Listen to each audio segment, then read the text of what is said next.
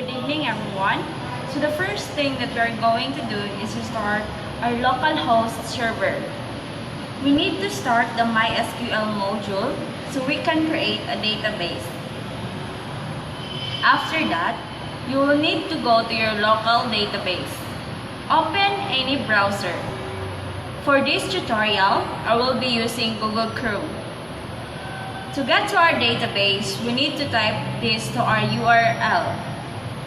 localhost/phpMyAdmin. Now, you will see this interface. You will see this interface on the left sidebar, and then click New. To create a database, we first need to give it a name, so we'll now enter our database name in this field. So we call it db/student/records. Then we will click Next to create it. We will now have this page. Right here, we can create a table and define the number of columns it will have. So since we already created our database, the next step is to create a table. We will name our table tbl/students, and it will have 5 columns. After that, we need to click Go. Now we have to name each of the columns. We need to have a student ID fields. This will be our primary key. And then this will have a type of int, and it will be also incremented, so we need to click this checkbox. So the next field is student first name. It will have a type of varchar with a length of 250. Next is student/last name. It will have a type of varchar with a length of 250. Next field is student/subject. It will have a type of varchar with a length of 250. Now the next field is student/grade. It will have a type of decimal with a length of 3.2. So far, we already have given names to our fields. We will now click Save. So if you have any typo errors, you can still change it later on. So that's it. We already have our database and table ready for our Java application.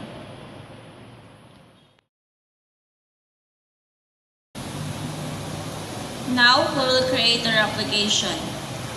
Open your preferred IDE and create a new project. For this tutorial, I will be using NetBeans. So we will click File, New Project, select Java from Categories, and select Java Application from Projects. Then, click Next. Then we will give our project a name. Then, we click Finish. In our sidebar, we can see the Projects tab with our newly created project. We will now create a class. We will right-click on our project source package folder, select New, and select Java class. Then we will give our class a name and we will click Finish. Before we can proceed, we will need to add the MySQL driver so our application can have access to the database. We will right-click on our project's main folder, then we will click on Properties.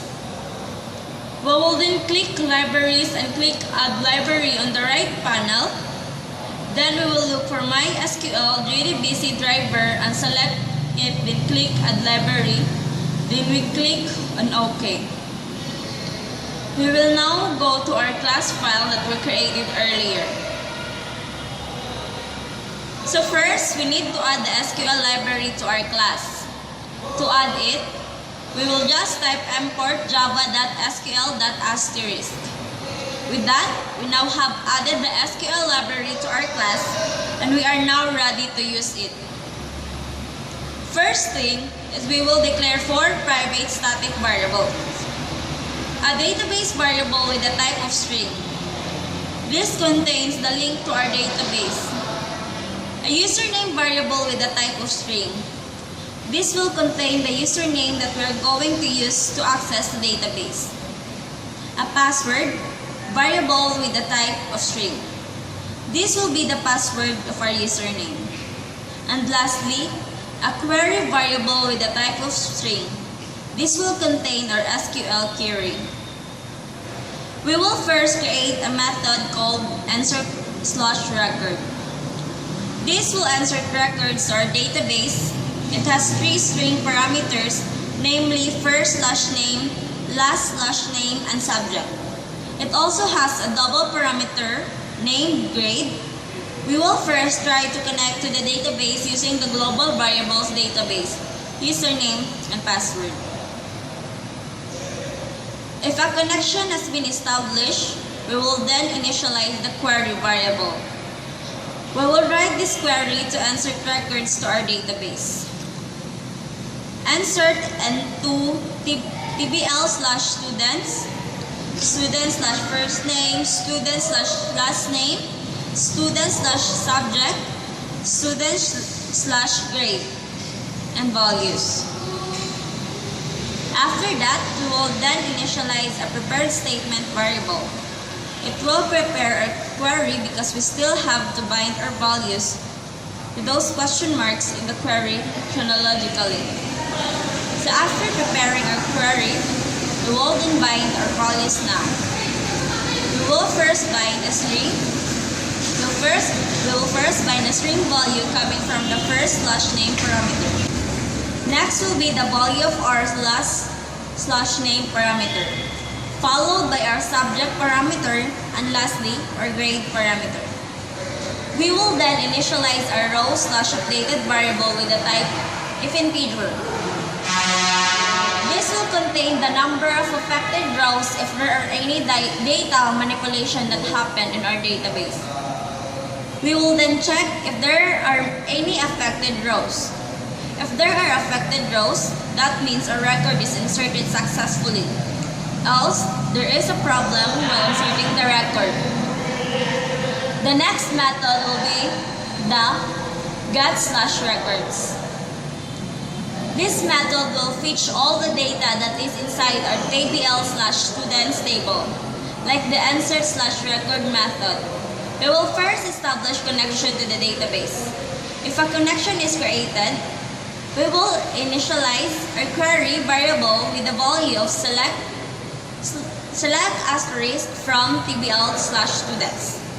We will initialize a statement variable with the value of a create statement from the connection variable. We will also initialize a result set variable. This will contain the results of our query. We will also initialize a result metadata variable. Then after that, we will print the results of our query. The last method is the main method. This will be the method that will be executed when we run the class file. This method will just call our answer/record and get/records method. And that's it.